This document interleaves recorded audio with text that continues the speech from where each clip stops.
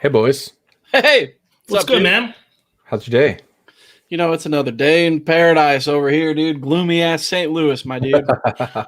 Hey, well, here's something that'll spice up your day here. I got Let's hear a question for you. If you were on death row, fuck. so you get to pick your last meal, right? Hmm. Which MLB player are you choosing to cook you that meal? Oh, he's cooking for me. Yes. Oh no. Threw you a little curveball in there. I was thinking maybe like dinner guest, but he's gotta cook for me. Oh goodness. I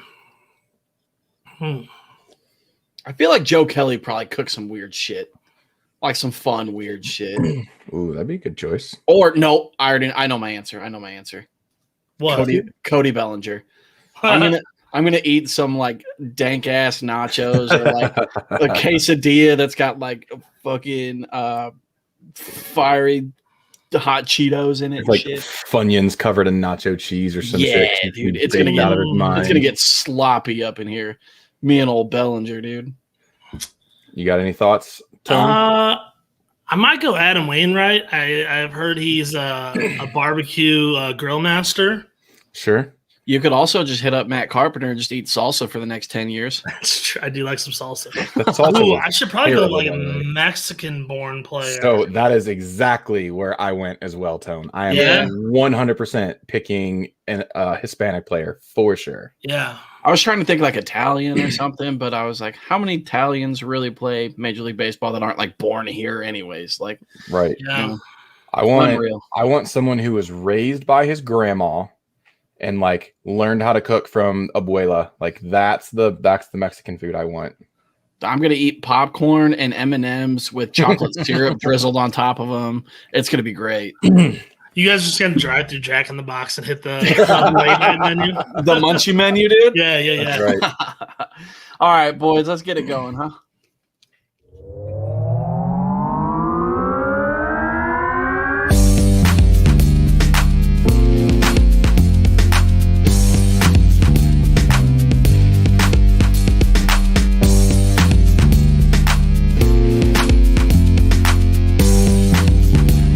You're listening to the Upper Decker Podcast.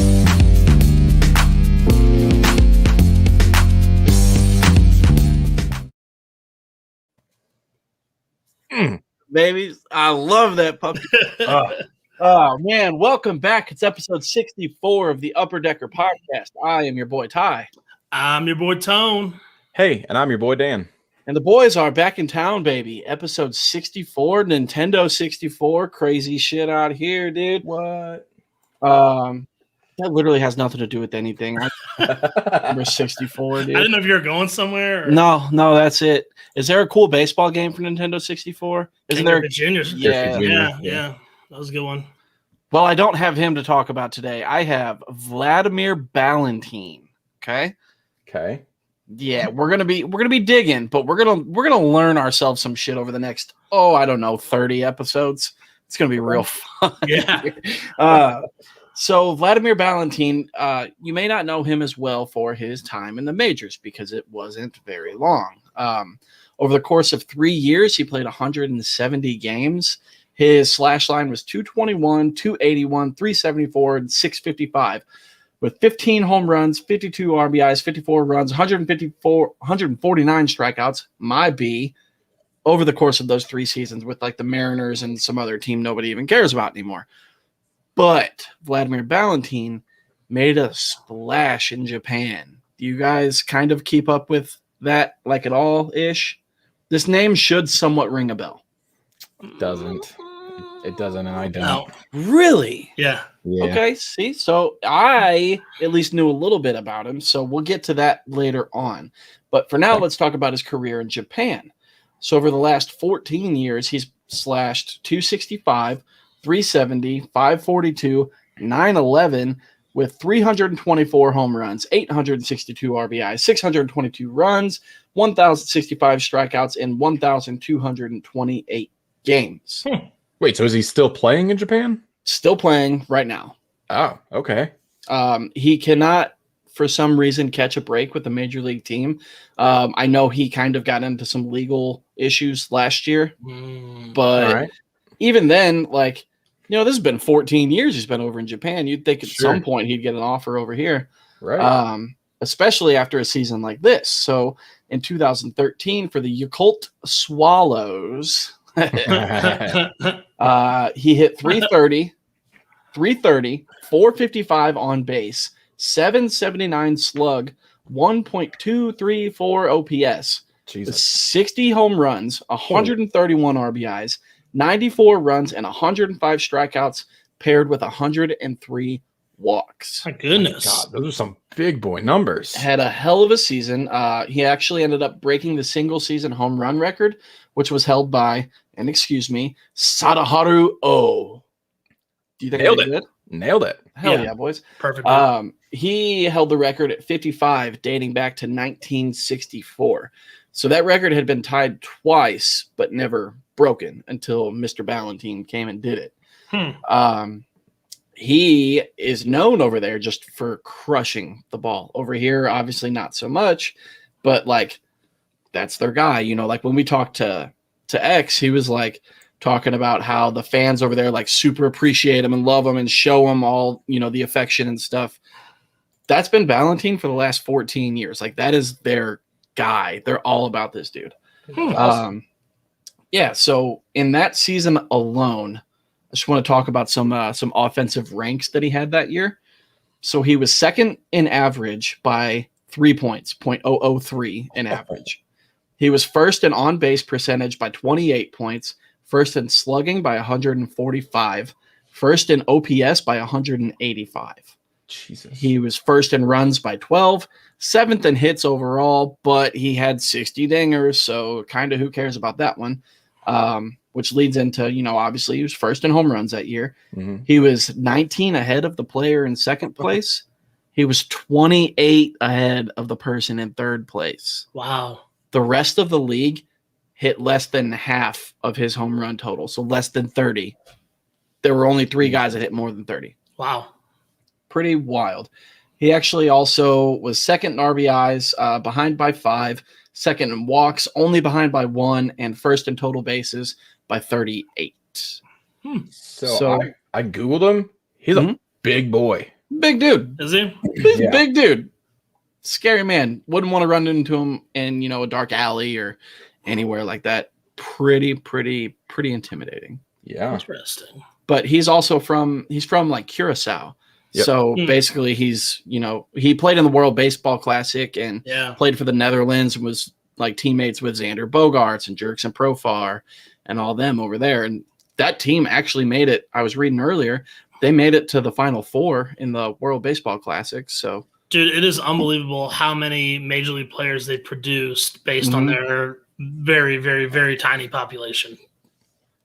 Right. Yeah. It's unreal. I don't know like what they put in the water over there. Because it seems like it's just kind of like in the middle of nowhere, but the team that comes out does pretty dang well, man. I don't know. Yeah. Crazy stuff, man. I can't wait for the World Baseball Classic. When is that, dude? Good I know question. they're talking. I think they're talking about doing the Olympics too, because I saw something today about Matt Wieters wanting to play for Team USA. Ooh, and he said that he was going to. So I think there's one. Did we just it says this year? Did say? Did we just do one? I think it was 2016 or something. It was supposed to be last year. It got pushed back to this year or some shit. I don't know. Either way.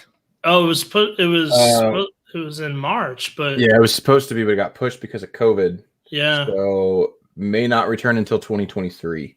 Pissed, dude. I love the World Baseball Classic. Yeah. Yeah. Anywho's Tone, my dude. Yeah. You got birthdays for me? I do got some birthdays for you, boys. First up, we got Mr. Matt Wieters. Speaking of Matt Wieters. What a segue. Matt Wieters. Oops. Sorry, we're skipping ahead there. You spoiled it, Tone. I know, man. My little Wieters video. is not playing. Matt Wieters is 35 this week. He is a 4-time All-Star, 2-time Gold Glove winner. Really highly touted prospect. He was drafted 5th overall by Baltimore. Supposed to go 4th to Pittsburgh, but apparently they didn't sign him because of his representation, which was Mr. Scott Boras. They didn't want to work with old Boras. So in 2008, he was the minor league player of the year. Just really good coming up and put together a solid career. One quick fun fact for you. So he came to the St. Louis Cardinals at the end of his career. And on September 8, 2019, I don't know if you guys remember this, he had one of the longest at-bats ever recorded versus Caleb Thielbar from the Twins. Took 19 pitches. Oh, my God. Before he finally flew out to center field. I do remember that. Yeah, absolutely crazy. Crazy, crazy, crazy. Next birthday for you is Mr.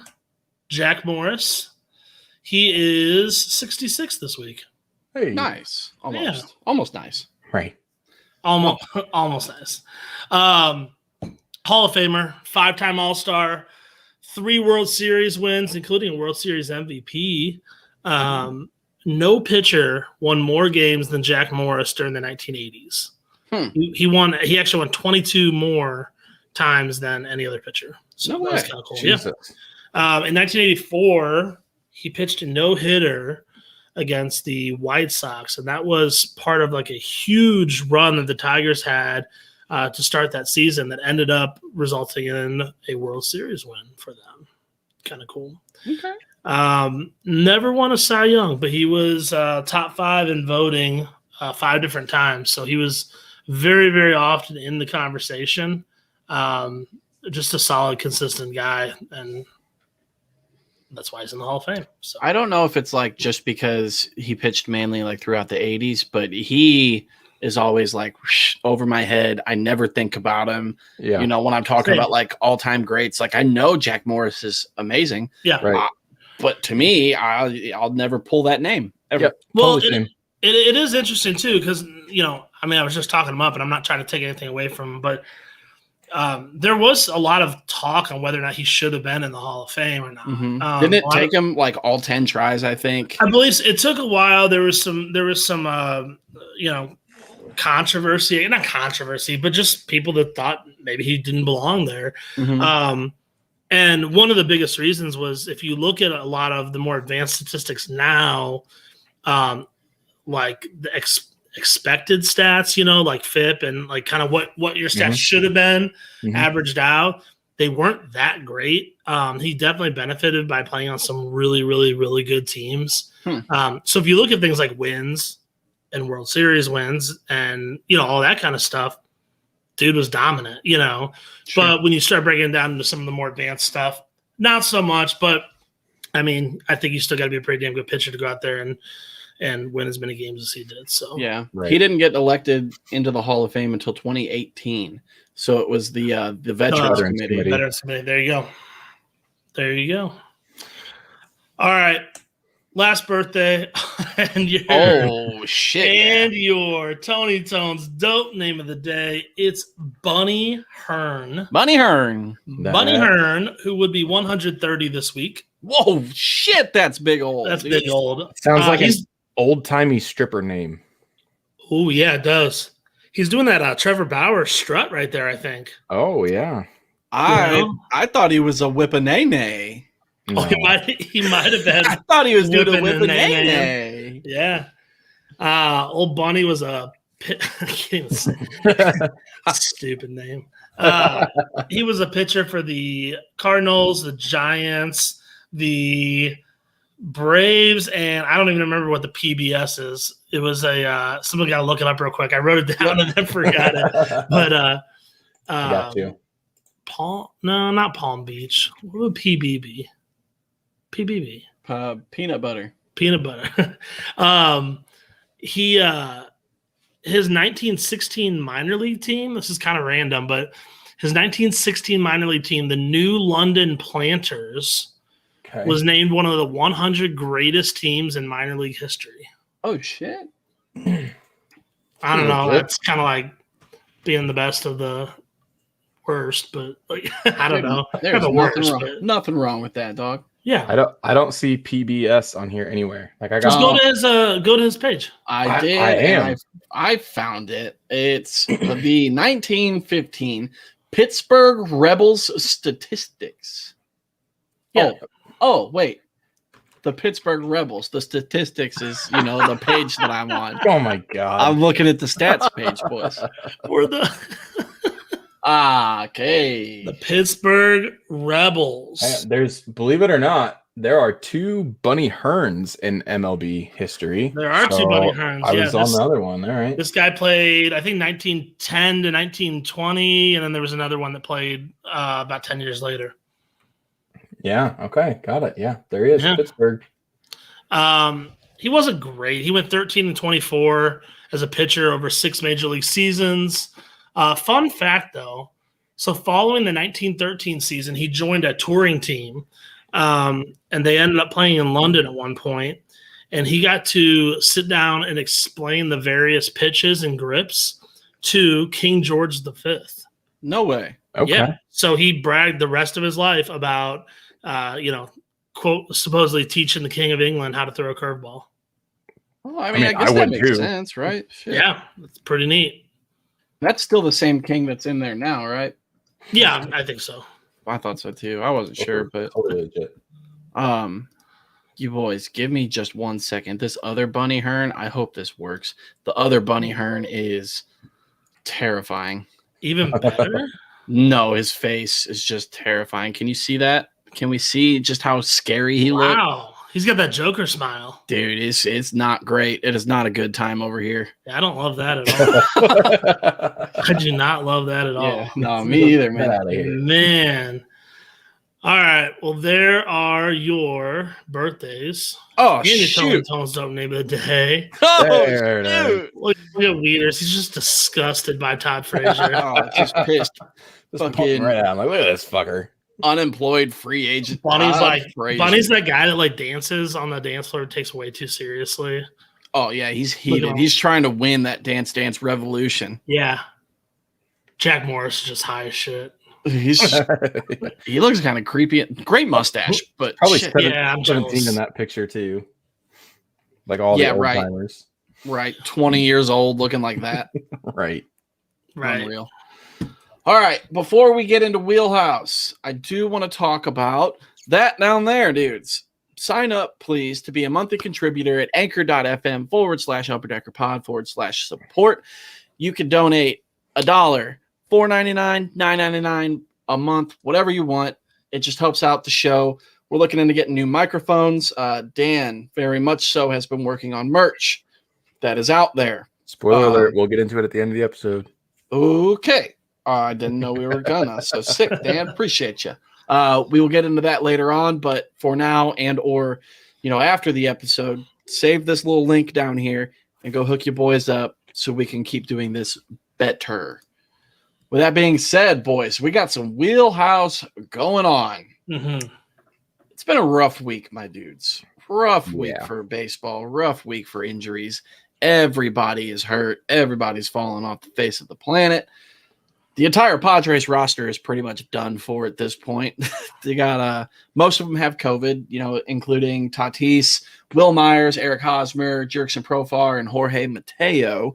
I don't know how many of them actually have it. I know Hosmer and Tatis do, and then the other 3 were like Trace, whatever the hell it's Contact called. tracing. Yeah, Contact trace. That's what I meant. Yeah, that's the word. So I don't know, man. It's whatever. I mean, every team is hurt, so whatever. It sucks though. Padres will be just fine. They've got plenty of depth. They'll be all right. They'll fucking get right back into it. Zach Gallen, oh God, this hurts. Zach Gallen's got a minor UCL sprain, and we know what that tends to lead to. Tends to lead a little bit more towards the old Tommy John route. So hopefully that is not the case for our boy. What do you guys think of that? What? I I don't know. I mean, the one thing I think is you got to be really, really, really careful with him because you're not going anywhere this season. You can't risk like further injury. Don't delay anything. Just like we talk about that all the time, right? These teams that are like, well, let's give it 17 weeks of rest and then 5 more weeks of ice baths, and then we'll decide to do Tommy John. Like if it's time, just do it.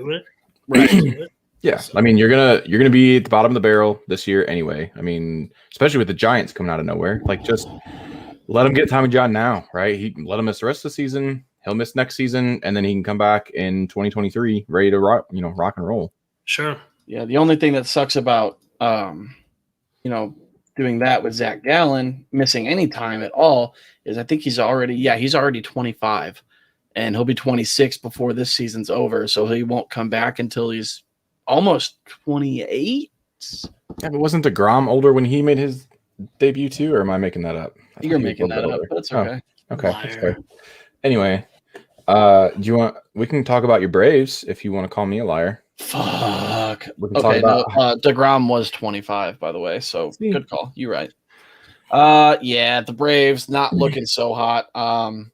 They were pretty confident about Mike Soroka making some type of return this year. Not looking all that possible to me at this point. He's having surgery again, and it's an exploratory surgery, they said, because he had a setback with his Achilles. They went in to check it all out, so they're seeing what the hell is even going on back there. Real quick, yeah. Do you think there's a least comforting name for a surgery? An exploratory. Like we're just gonna go in and just explore. We're just gonna see. Just dig in, see what we find. We can't. We might pull something out. We might tie something together. Right. We can't figure out what's wrong I don't know. On the scans here, so we're just gonna go cut you open and kind of play around and see what happens. Right. Yeah. Listen, we don't know what the fuck is going on, but we got to open you up and figure this shit out, boy. So not looking good for the old Canadian Mike Soroka. That's one pitcher down. We're going to talk about the next one here, Mr. Huascar Ynoa. This sucks. It's so stupid, and I fucking hate it. Pulled a Julian Tavares, punched to the bench, broke his hand. He's out for at least a couple months. That's not good. That's awful. Like, the Braves have already been struggling. Right. You're in a scenario where you're making a name for yourself at this point. You have the opportunity to go out every 5 days and perform. You can't let this shit get to you like that. Like, You've been crushing it this year, except for 1 or 2 starts, hitting the fuck out of the ball. Yeah, I think he got tired of punching home runs, so he started punching benches. Unreal, dude. Yeah, I saw a stat yesterday that his in division ERA is like 1.0 something or 1.2 or something, like against divisional opponents. So that's the guy the Braves were counting on, man. Yeah, I mean, he was the one bright spot as of right now because they've got Drew Smiley, who keeps going up and down. Ian Anderson's looking a whole lot better than he was. Max Fried is typical Max Fried at this point. He hasn't really stepped it up like I thought he was going to. He's just same old. So that 5th spot has kind of been a starter by committee. They've been pulling up a bunch of guys from the minors. They had like Bryce Wilson making spot starts here and there. It's just losing somebody like that when you're already struggling. I'm losing a lot of hope for this team at this point, man. At least in this, this year, it's not great. It's a long season still, so TBD. And still got the trade deadline coming up too if they absolutely have to acquire some starting pitching. So go get John Gray. They could. They absolutely could. I want them to. Unreal. They might. I mean, it's just it's so tough to tell in that division right now, man. Like no one's running away with it. Right. They've got one more. They're in 3rd place, but they've got one more win than the 1st place team. Right. They just have more losses. They played more games. So like the Mets have games in hand. I mean, anything could happen. Even the Nationals have 16 wins. So. Yeah, they were the first team to go over 500 just like 10 days ago. Right. Who knows, man? Dan, your boy, Danny Duffy. Yeah. Yikes. Yeah, somebody the Braves will probably not be trading for. Thank God. Danny Duffy went on, this like literally just happened in the last hour, went on the 10-day IL with a forearm flexor strain, which is not great because that's going to be one of two things, right? So that's what Miles Michaelis of the Cardinals had, and he had to get surgery. So it wasn't Tommy John, but it was still surgery, and he still hasn't made a start yet this year. Or the other alternative is they have the forearm strain because of UCL damage, which will then result in Tommy John surgery. So not great. He was leading the American League in ERA, I believe, up until today. So he's had a hell of a season. And I'm pretty sure if the Royals started falling off, he was one that was going to get shipped out and get sold like for a lot of prospect parts for Kansas City. Right. But just from a baseball fan perspective, like it sucks when one of the top pitchers in the game goes down. So that's not great. I'm not excited about that at all. Yeah, man, not fucking cool at all. He came out of nowhere this season too. Like really, I just pulled up his stats. Like he was kind of like up and down for the first few years of his career, but 2014 was his first full season. And he pitched great. He had a 2.53 ERA in 25 starts. And then, his ERA just blew up after that. The next the next 6 seasons, he had an ERA of 4.16. Sure. And this season he has a 1.94. Yeah. So he's really turning it around. Bummer to see him get hurt. Yeah, I think that was, in the right at the tail end of the good Kansas City teams and the beginning of the bad Kansas City teams. So he probably had to get, stay out there for a little bit longer than he may have necessarily needed to in some of those instances. But yeah, he's always flashed the stuff. He's just never been able to put it together outside that rookie year for a full season.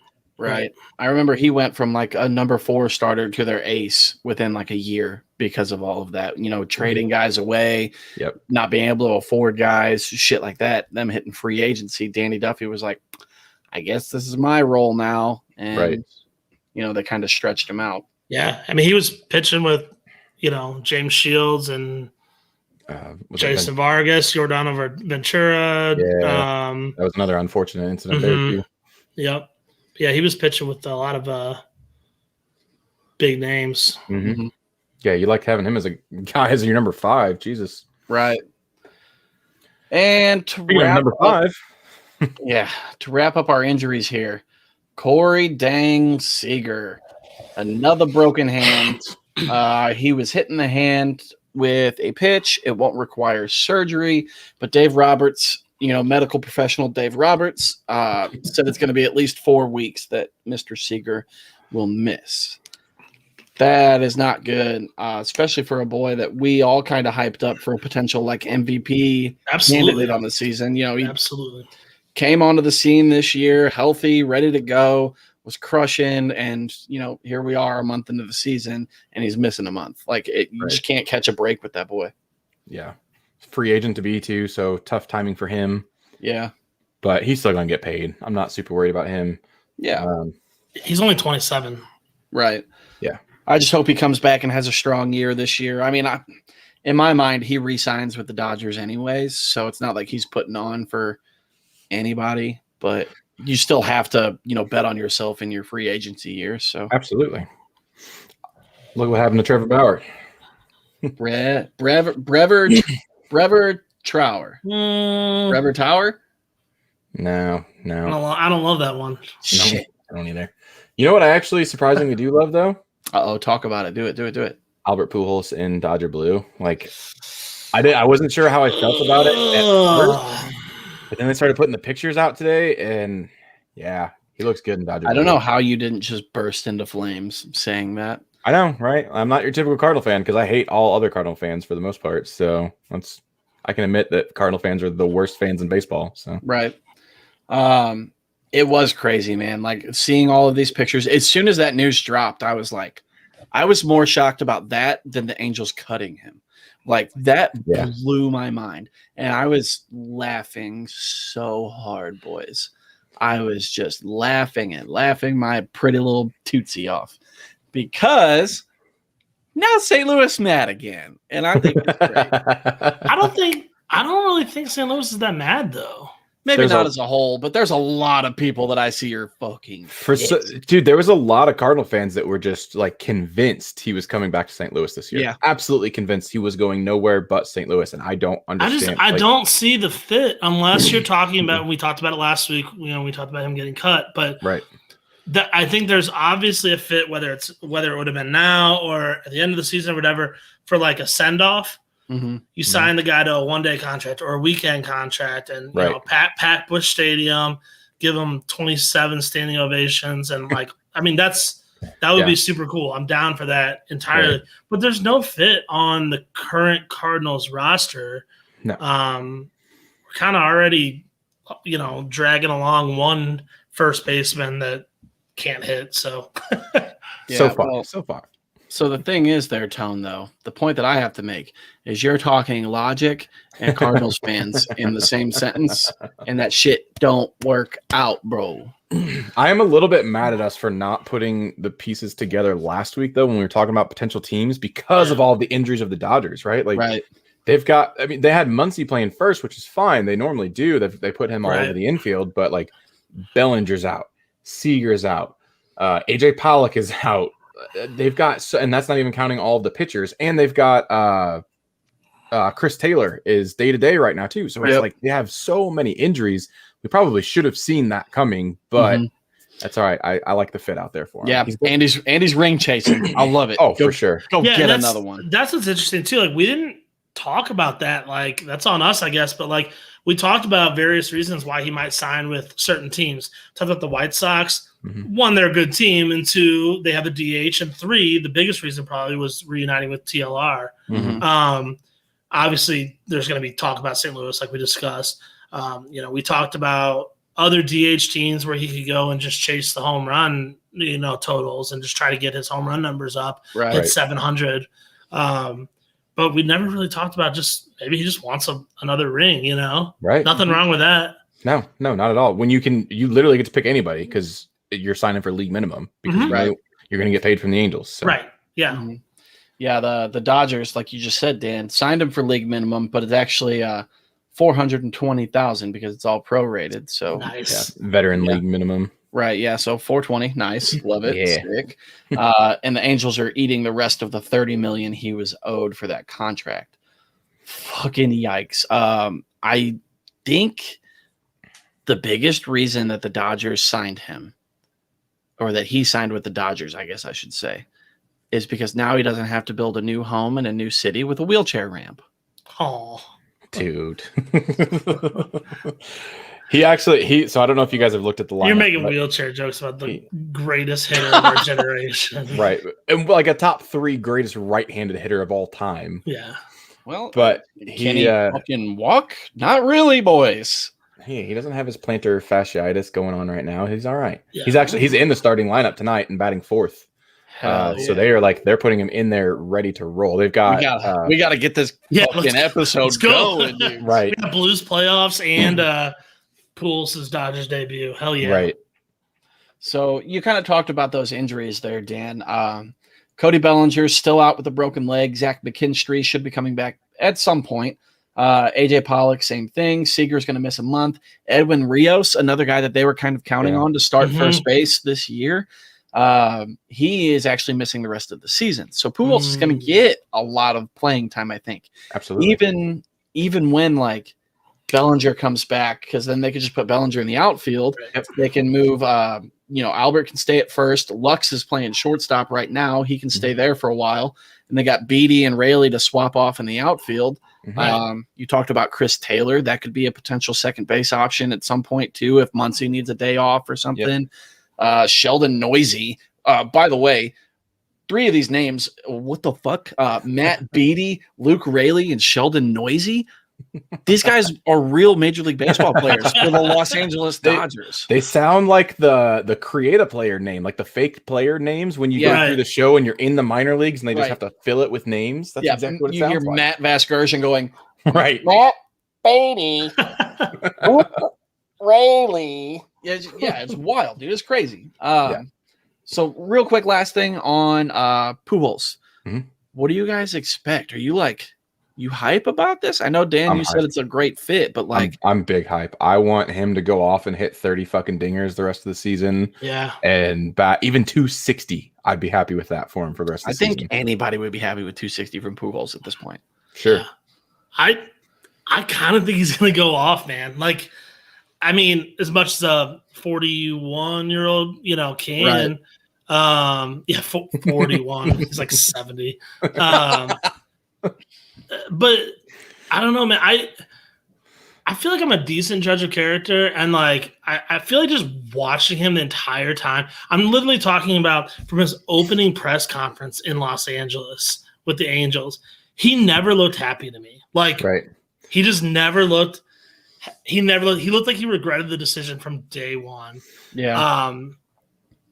And that's just me. I have no idea. I don't know the guy, but sure. I can't help but think, especially with the relationship with the Angels ending on a sour note, that fresh dugout, fresh team might just give him the motivation he needs. He's still going to another good manager, right? With Dave Roberts. Hell, they probably are going to talk about the 2004 World Series, right? Like, why not? I mean, they played against each other, yeah. And like you said, Two-Tone, like the energy level is just completely different between the Angels dugout and the Dodgers dugout. Like that dugout is going to energize him, and I think he is absolutely going to go off. Look at Justin Turner, right? Like, he's 37, I think 38, somewhere around there. So, and he is still just crushing the ball out there because I think that energy is keeping him young and keeping him hungry. Right. Yeah. Not to mention reigning World Series champs. So yeah, that's something. The Oakland A's, boys, we're going to move on here.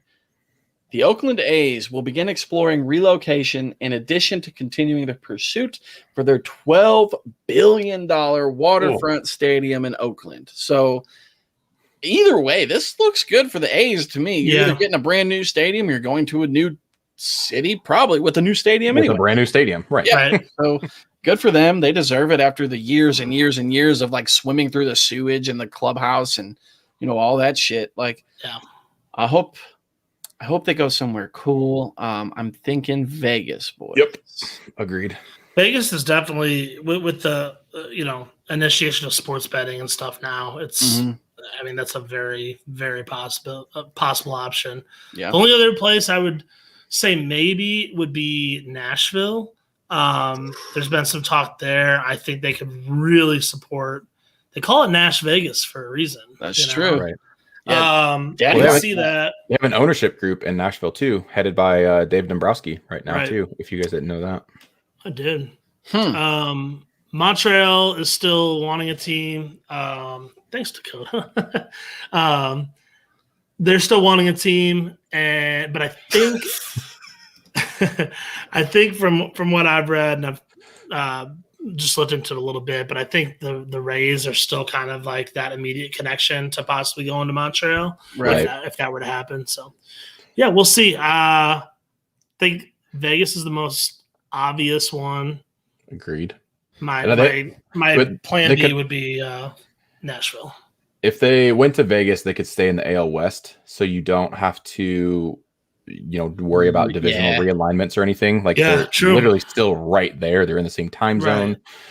With the success that the Vegas Knights have had in the NHL there, like with the support that they've had, I could absolutely see Vegas.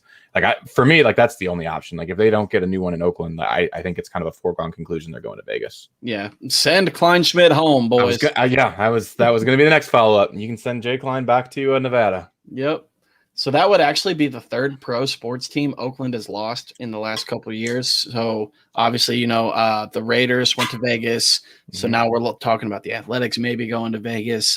Golden State, they moved to where now? They just moved across the bay to San Francisco. Yeah, so fuck Oakland, basically, I guess, at this point, That's crazy, man. I hope to see it. I love when teams move. I like expansion teams more. But this is still going to be exciting. Like the brand new uniforms, the new promoting everything. You got all these fucking shows and shit with the guys coming out looking fucking fly as hell. Like the Miami Marlins new uniforms. They're all dude, fuck me up with that shit. I love it. Dude, also, if they move to Vegas, they they could actually spend money because there's a shit ton of money in Vegas too. So like maybe they could afford to keep some players around instead of letting Marcus Semien go to Toronto. They could lock him up long term. Yeah, I mean, not to mention like, I think you kind of brought it up, Dan. Like the Golden Knights, they were in the Stanley Cup their second year. I know, was it first year? Yeah. Okay, Yeah. The only reason I know that is because they won game 1 of the Stanley Cup Finals, which meant that in their first season they officially won more Stanley Cup Finals games than the St. Louis Blues in their, at the time, 54 to 52 years of existence. Right. Makes sense. So it just goes to show that, like, I know that they had the interleague draft where they got to choose the people or whatever. But that was just because it was an expansion. But you get this team over there, you're going to get higher revenue. You're going to be able to afford these guys and keep the guys around. Get some big free agents. Maybe go steal Corey Seeger from the Dodgers if they move next year. That'd be fucking nuts. Maybe he signs a 2-year deal just as a reclamation, and then that gives the A's time to build a stadium in Vegas. There you go. Whatever they do, don't trade for John Gray. Because I want the Braves. Lastly, here before we move on to our boys. Oh, Tone wants to talk about the. I just had to show her. Those threads. things are sexy. Those are so good. Those are amazing. Yeah. God, I love those things. Oh, Chaz Chisholm just wrecks it, dude. I love it. Right? Chaz Chisholm. Dude, those jerseys are so Miami. Like, they're so Miami. Yeah. That's perfect. Get Yasiel Puig to Miami, please, and rep that jersey. Would love that. Also, I asked Dakota what he thinks about Pujols going to the Dodgers.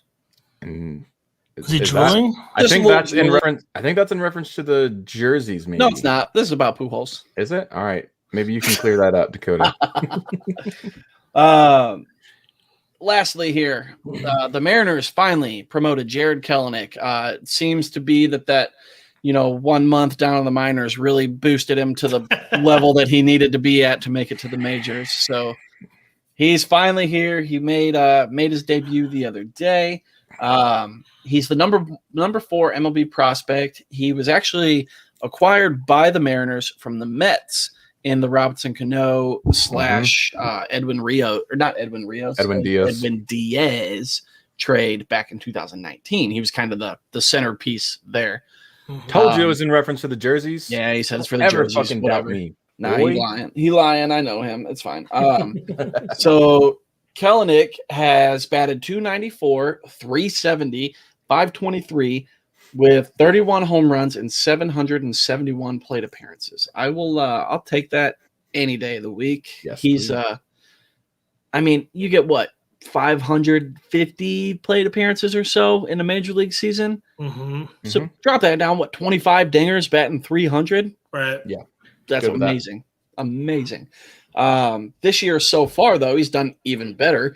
He's been batting .444. He's got a 500 on base, 778 slugging in his first 20 plate appearances. So that's all it took, 20 plate appearances to, convince the old majors to pull him up. Hell yeah. Yeah, he's had a rough start, though, in the major leagues. Kind of rough. I mean, he did hit that dinger. That was solid. 2 doubles. So far he's 3 for 18, batting .167. His OPS is .611. But he's got the home run, the doubles. Because he doesn't have a walk yet. His on base is the exact same as his average. Right. And he also faced quite a ridiculous staff in his first 4 games. Agreed. So he had Plesac in the opener, which I think he is the person he hit the dinger off of. Yep. And then he had Aaron Savali, Tristan McKenzie to follow, and then just wrapping up the 4-game series with Shane Bieber. Yeah, so you can't really hold it over him too much, but that boy's got some playing to do here soon. I'm excited for him. I'm excited for that whole Seattle outfield. Like when Mitch Haniger is your odd man out, like yeah, I'm really excited. You can't even say that. Or Taylor Trammell. Like, right. Okay, he was a top outfield prospect and was up until this year when he played every day. Like that's a good outfield. Yeah, right? I think at this point you've got to teach one of them to play a different position, to be honest. Because if you can get an outfield of Kelenic, Kyle Lewis, and Taylor Trammell, move Haniger to first, I mean, that's a pretty solid fucking transition. Pretty easy. Move him over to first. I mean, Haniger, I think, has 11 bombs on the season already. He's going off. So The only thing with Haniger is I do think he is coming up on the end of his club control. So he just barely doesn't fit in their window of winning. So it probably is better for them to trade him for more parts. Sure. Because then, I mean, you still have Kyle Lewis out there, obviously. And then they've got, I think it's Julio Rodriguez. Is that their other top prospect? Who's also an outfielder. Yes, that's true. Yes. Yeah, I mean, Mitch Haniger is just leading the league with 12 bombs right now. So, yeah, no biggie. Yeah, nothing too shabby out there. That wraps it up for Wheelhouse. Let's talk about our boys this week. What do you think? Our boys talking about our boys. Yes, we do have to. Okay. So, boys, last week I chose Rafael Divers. Tone, you chose Jesse Winker. Mm-hmm. Dan, you had Franchi Cordero letting your nuts hang. Did it pay off, sir? It did not. They're a little cold, dangling in the wind at the moment. Sure. Old Franchi let me down pretty hard, man. He went 2 for 13 for a whopping 154 batting average with a 154 on base, so no walks last week. 308, 462. The rest of the lines, no home runs, 2 doubles, 2 RBIs. Like I mentioned, no walks and 4 strikeouts. So sometimes when you go out on a limb, the limb breaks, my friend. That's the way the cookie crumbles. That limb broke and then fell on top of you. Yeah, it did, and then stabbed me in the dick afterwards. Oh man, right in the pee hole. Sorry, Mom, if you're listening to this. I hate when that happens. Me too, man. I chose Rafael Divers, who had a little bit better of a week. In his 7 games, he was 6 for 26. Got that slash line there of 231, a 250 on base, 615 slugging, which is very respectable, and then 865 OPS. Love it. Also had 3 dingers, a double, 6 ribs, 5 runs, 1 walk, but struck out 11 times. So that's kind of the slash line and the strikeouts is why I gave myself second place here, because we're going to talk about your guy here, Tone. Jesse Winker. Go ahead. Winker, I barely know her. Hey. Yeah, he had a pretty solid week. 310 average and 29 at bats. OPS of 851. Sorry. 1 home run, 3 doubles, 4 RBIs, 5 runs, 1 walk, 7 strikeouts. So here's what I'm going to do. I've been thinking about this for a long time. What you got? I don't think I deserve first place, but I don't think I deserve second place. Oh, so I know it says that I took the lead this week with the Our Boys Challenge. I'm gonna split it though with Mr. Ty. I love that, dude. Yeah, we're gonna go half wins because you got me on the home runs, you got me on the OPS, you got me on the RBIs. Mm-hmm. I got you with probably just better at bats overall, Sure. The average and less strikeouts. So, yeah, I think we're gonna go split skis. Dan, sorry, I'm not splitting it 3 ways because your guys suck this week. He was terrible. I get it.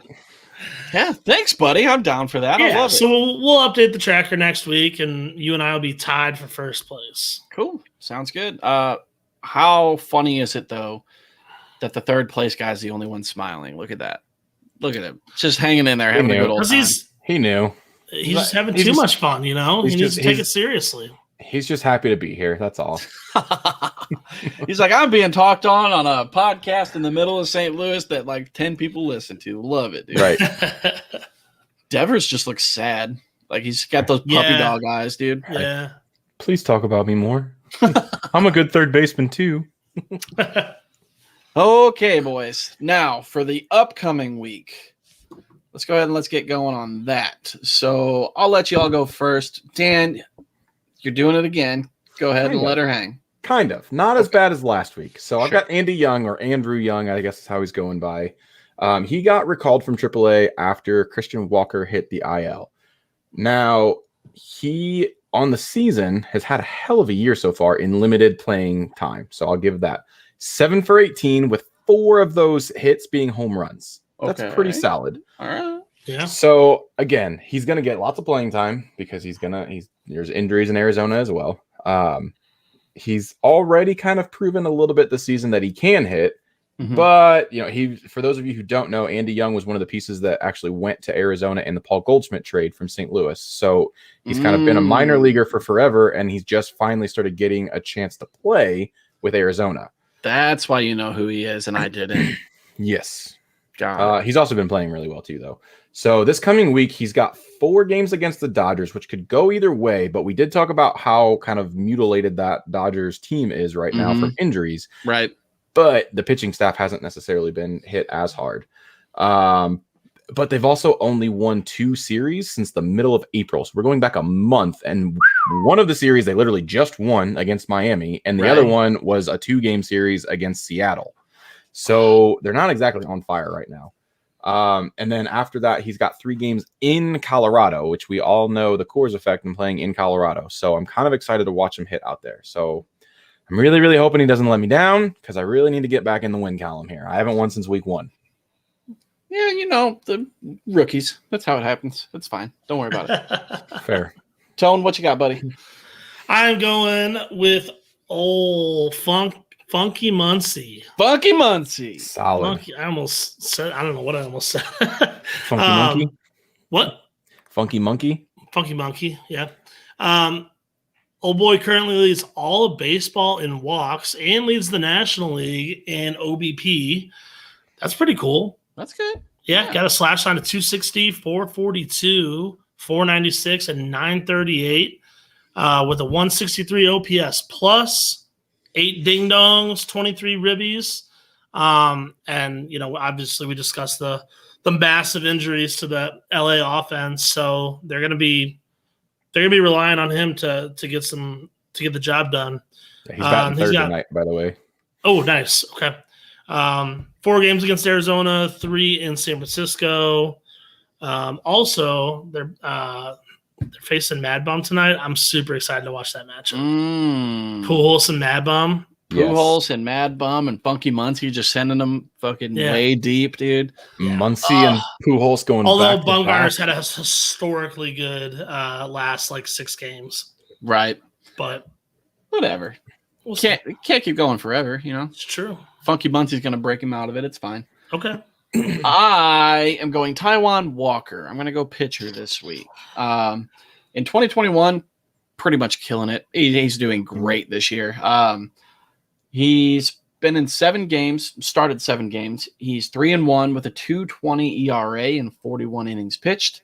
He's got 39 Ks, 18 strikeouts, a 1.024 whip. Pretty dang good there. He's also leading the league in home runs per 9.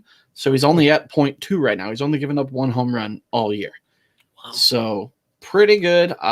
He's got the Braves tonight in Atlanta, and then he's got Miami this weekend at home in Citi Field. So both of those teams, like we've been talking about it, it's another NL East team. They've all been struggling. So Braves being the way that they are, Marlins being the way that they are, I think old boy's going to have a great week.